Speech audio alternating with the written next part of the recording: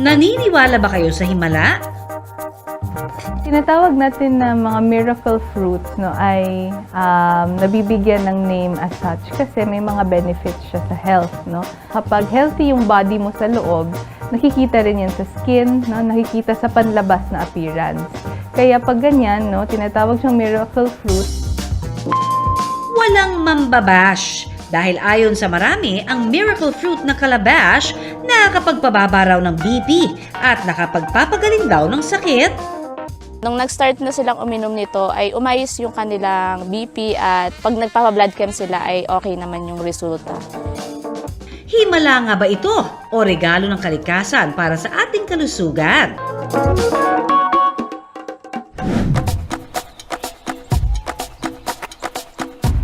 Hitik sa bunga all year round. Hindi lang yan himala dahil hitik din daw ang prutas na ito sa benepisyo. Kaya nga raw, ang pamilya ni Luri mula sa Oriental Mindoro, 5 taon nang may tanim nito. Marami nga daw tong health benefits, nakakagaling sa may mga cancer, maganda daw sa matataas ang cholesterol, sa mga high blood, may mga diabetes. Yung iba may nagsabi na sa mga kidney, ayan, pampalakas din ng immune system.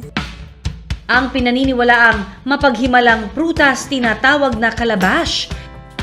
Isang prutas na galing sa Bignonia family na kadalasang makikita sa mga tropical countries. One time nag-visit kami sa isang farm dito, tapos na-amaze kami kasi sobrang daming bunga. Nakita namin yung puno nito at sobrang daming bunga tapos ang lalaki. Tapos nung tinanong namin kung ano yung punong yon, miracle fruit nga daw yon. At ayun, bumili kami ng punong yon. No, mas kilala siya sa tawag na bottle gourd. Pag niluluto siya actually, no, binoboil na walang salt, no, it can provide actually dietary fiber, no, vitamin C, no, and other minerals tulad ng calcium.